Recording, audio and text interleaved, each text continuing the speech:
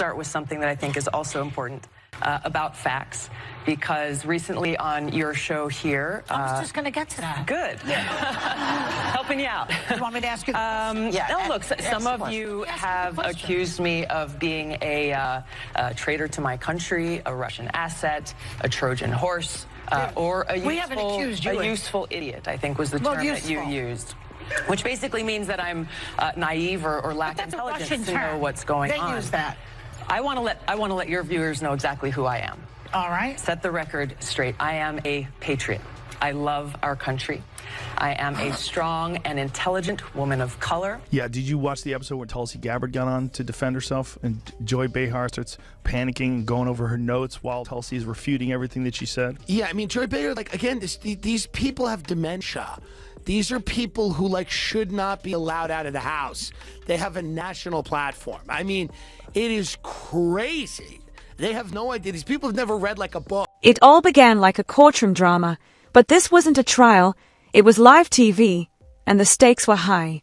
The View was about to be put on blast, and Tulsi Gabbard wasn't there to play nice. So really? I mean, this is outrageous. This is outrageous and offensive on so many levels.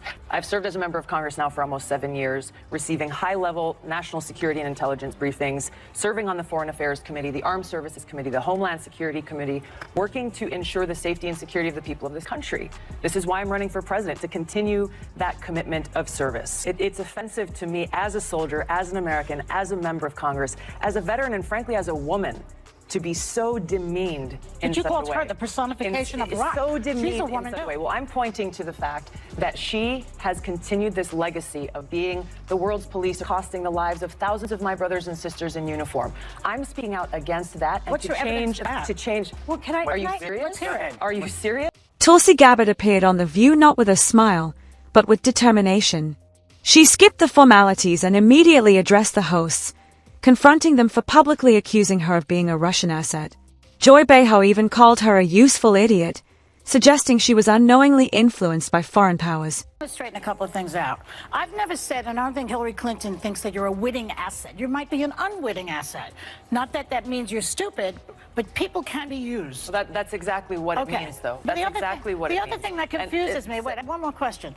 You're on state TV all the time. Why do you go on Fox TV? Fox Channel, which is a propaganda network, 16 times with Tucker Carlson. I never see you with Chris Wallace or that other guy, what's his name, Brett Baer. Well, why aren't you on with them? They're definitely middle of the road. Why do you go on with Tucker, who's a liar and a propagandist? So let me start with how offensive it is to say that I am a witting or unwitting asset of a foreign country. Calling a military veteran and former congresswoman who served on national security committees a Russian asset is a serious accusation. But Tulsi Gabbard didn't come to play nice. She looked straight at the audience and declared, "I'm a patriot. I love my country. I've sacrificed for it." In that moment, the energy in the room shifted. It struck a nerve. See something that really pisses you off, you should triple check that one. Yeah. But I think that that's why people like our show, because they know that we are checked by ABC News. If we're wrong, we have, the legal note here. This guy, Joe Rogan, who believes in dragons. I checked it. He believes in dragons? He believes in dragons. Did you triple force that? Yes, I did. So this is the type of really, really bad information that's going out. It's a view. I don't know. Hey, this is the most important part. This is right after she was saying, we are run by ABC News. You should trust us, not Joe Rogan, who believes in dragons. So she by saying we should trust them because they're double checked by ABC News, and then making the stupidest fucking statement. Like you didn't listen to what I said. Yeah. You didn't listen to what the wildlife biologist, and that's only a part of what he said. I can't believe the other Joy part of what he Behar said was didn't there was something before that where he was explaining encounters with giant reptiles. And then there's also, listen, it doesn't make sense to me that a middle-aged woman could be dumb. When you're worried about losing your job and you're worried about podcasts taking over and who's the source of news, and we said Donald Trump is Hitler, but half the country disagreed with us and he won, and this is fucking great, and Joe Rogan believes in dragons. You could sense the tension behind the scenes. Tulsi's bold stance didn't just shake the table. She flipped it. While she held her ground in the studio, Joe Rogan joined the criticism from his podcast, calling The View a national embarrassment dressed up as daytime TV, echoing what many have thought for years. That I am too stupid and too naive and lack the intelligence to know what I am doing. That is extremely offensive can I get you to put the me quote and to up? every You woman guys of color. put the quote back up, because I think everyone is sort of missed something. What are we missing? Well, I think what you're missing is that asset had nothing to do with Tulsi. She was talking about Jill Stein. Actually, her and spokesperson confirmed it. I'm not making it. They called you a Russian doll. Her spokesperson confirmed it because some of the media followed up and asked for her spokesperson to say what she meant and confirmed that they were talking about me. So there was no mistaking that. Right. Okay, well, that's clear. Joe Rogan didn't hold back. He called The View an ideological bubble where dissenting voices are shouted down or ignored, describing it as a place where genuine conversation goes to die. He criticized the show for bringing on token conservative women like Meghan McCain and then steamrolling them.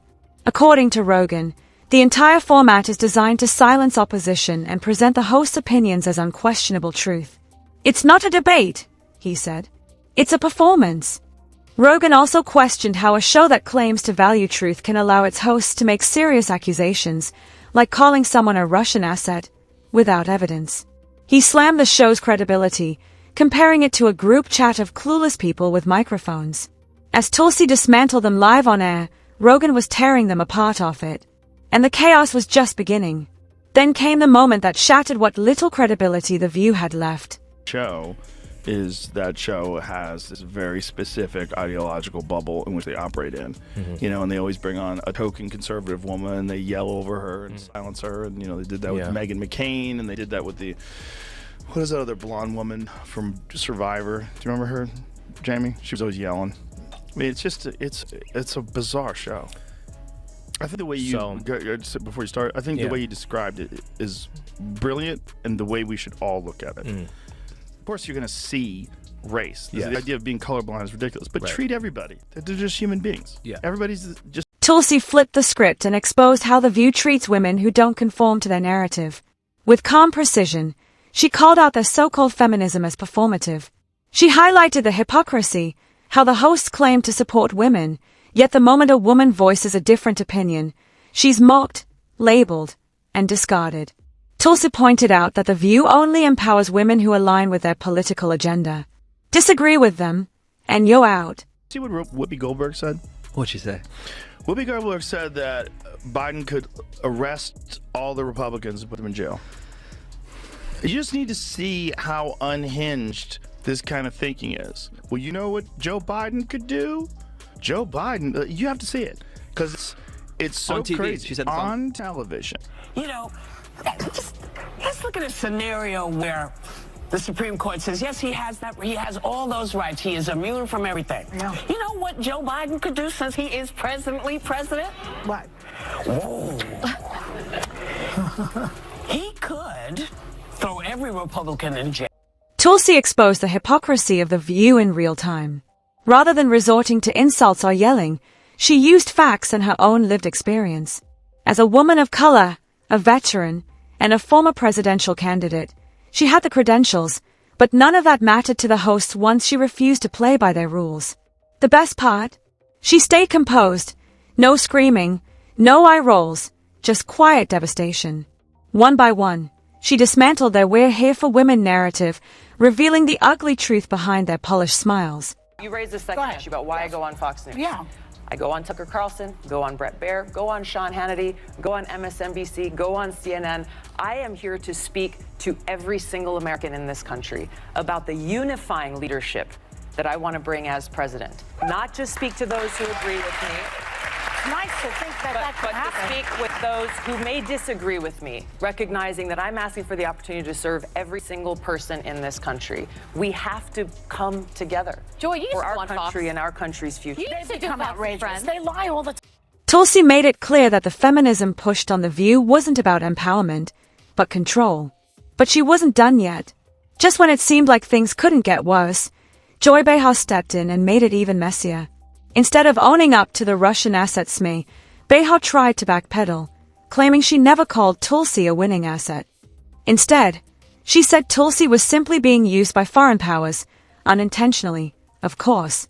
But let's be honest, Calling someone an unwitting asset is just a more polished way of calling them a clueless This puppet. is the show that people love to hate. Yes, that's true.